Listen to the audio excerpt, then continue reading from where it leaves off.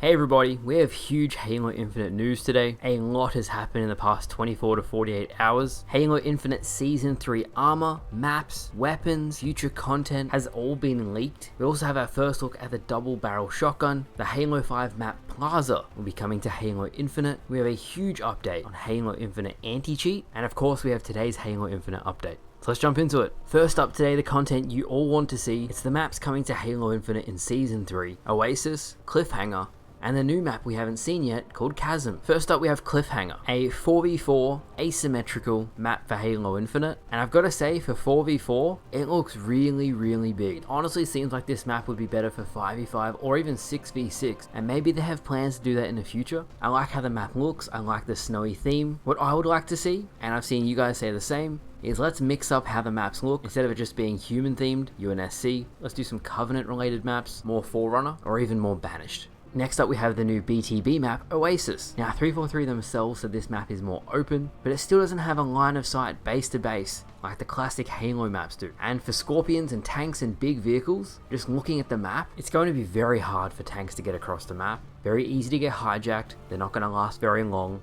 It'll be good for Wardogs and Ghosts, but it's still not going to be that big team battle that the community is really craving. It seems like more of the same in terms of high power and fragmentation. It's a little more open and it looks beautiful, don't get me wrong, but it still seems like tanks and wraiths are going to have a hard time traversing the map. Finally today we have Chasm, and this may or may not launch with Season 3, but it's our first look at the map in depth. It is created in the in-house Faber tool that 343 uses. It is based on the campaign, and this honestly looks like a map that would be great for Husky Raid, Fiesta, a really fun map where you're just grappling around everywhere, and people are going to love that. Now speaking of things that people are going to love, the first real video footage of the double barrel shotgun was publicly made available, and it's very interesting. You can rapidly fire the 2 shots in the chamber, but what I didn't expect is if you melee an enemy, it actually has a gravity effect, just like a gravity hammer. It is banished in Origin, and it looks much cooler than I was expecting.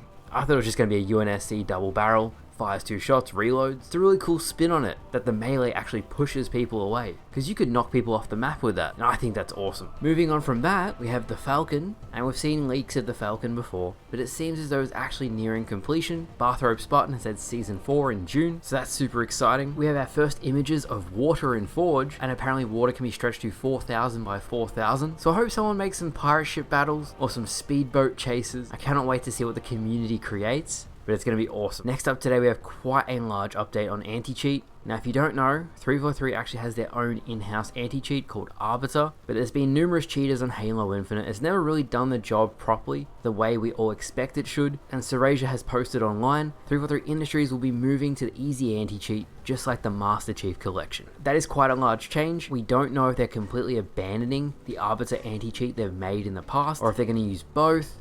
Time will tell. The good news is, just like the Master Chief Collection, it should get an anti-cheat off and on mode, which will allow modders to create cool campaign mods and maybe actually finish the game and fill in the blank spots that 343 just didn't have enough time to fix. Either way, it's a very big change. Now when I was scrolling through the internet today, I saw Delta Index had posted a whole bunch of skins on the new Chimera core, and they actually look fantastic. It might be my favorite Halo Infinite armor. I'll post the pictures up on screen now so you can see them. You can let me know which color is your favorite. It looks fantastic. It really looks good. The art team at 343 have done an amazing job with this core and the colors associated. Even the Watchdog 152 Halo 5 max rank coding that I use looks great on this core.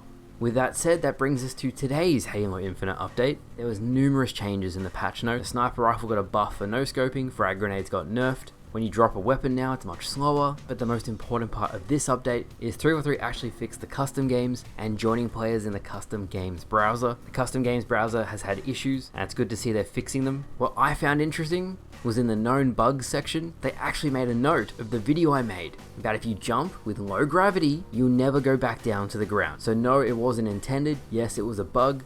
And as a little side note, 343 actually updated the matchmaking playlists. I'll link to the article down below, but a whole bunch of maps and modes that we didn't like have been removed from rotation. An example of this is they have removed Launch Site from Rumble Pits, free-for-all. Needless to say, the map's way too big and no one really enjoys it, so great change there. That wraps up today's video, guys. A lot is on the way for Halo Infinite Season 3. A lot of really cool stuff to look forward to. 343 is going to do a showcase of all of the content coming to the game next month on the 26th of February, so mark that in your calendars. Let me know what you think of all the content coming to the game. But for now, I hope you all enjoyed. Thank you all for watching, and I'll see you guys later.